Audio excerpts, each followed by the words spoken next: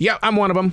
I am addicted to creativity. I've always got to be doing something today. In fact, I've got something that I'm going to be doing today. At my essential job, I'm going to be behind the bar today. The bar. We have a bar at our grocery store, and I'm the dude behind the bar because I'm filling in.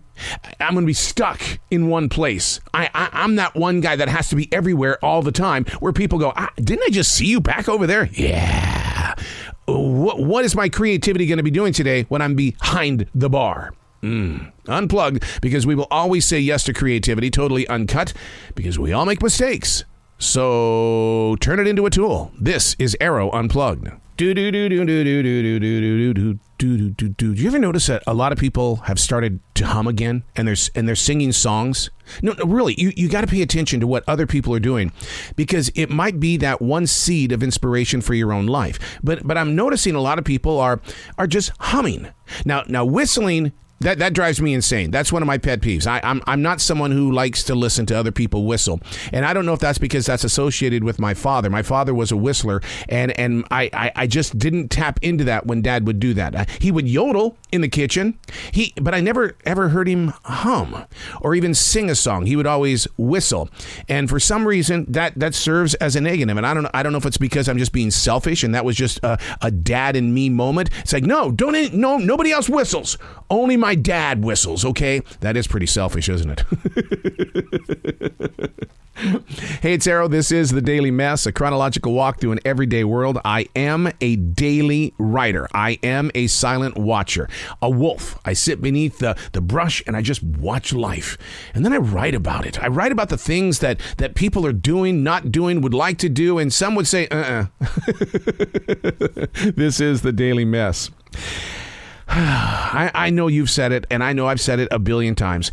Is there really such a term as, if it's not one thing, it's another? If it's not one thing, it's another. It's when many things are happening all at once. And most of the time, it always feels like it's bad news. The heart and the mind are very accepting of the good times. But the moment that the odds of a victory are not there, we begin to tilt. Tilt more, tilt more, tilt more. It feels like a series of shocks and awes. And then here it comes. Anxiety combined with fear. Got to throw in some doubt, depression, and a serious lack of trust. Now, in most cases, the self-diagnosis is really just a bout with bad luck, and it leads to a lot of finger pointing, which has been poisoned by a heavy dose of accusations. I mean, I can easily say it 1,000,000 times. Let's go meditate. And you know what most people do? Yeah, I do that at about 2, 3 o'clock in the morning. Oh, I get it. Thank you. At least you admit to doing it that early. But, you know, when things are falling apart, it's usually in the broad daylight.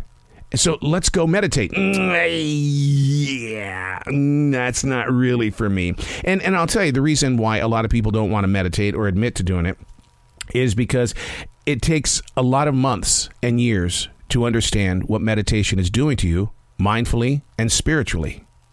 During these ever-changing times, our batteries, they're not fully charged anymore. We're struggling to keep up while quickly falling very, very far behind. The mind is on a mission. I admit to that. While the heart is really locked in to a mode of, I got to recover. Come on, give me some time to recover. The mind is working. The heart is saying, retreat. So what we have to do is we have to find some harmony here. Know where the space is. And when you find that space, sit in a moment of mindfulness. Oh, no, man. I got to be going all the time. I have to have something on the flat screen. Let me have my iTunes or my Spotify. No, I got to fill this space up with something. You don't. You really don't. One of my favorite things to do, and I invite you to join us sometime, and that is to just sit in your living room with nothing going on. Put your smartphone way over there because you're going to have to move to get it. You don't need it. Maybe have a glass of warm water, a sip of tea, some coffee. I mean, in this studio right now, I do have coffee. I've got water, and I've got everything that I need to support where we are in the presence of now. Find that space. Enjoy that space. Sometimes in my space, I'll grab a writing instrument and I'll do a defrag journal. I'll write into the defrag journal. It doesn't have to be positive. It doesn't have to be negative. It doesn't have to be anything. It can be just a subject about birds fluttering by the window. Locating that space. Because, when we do say that, if it's not one thing, it's another.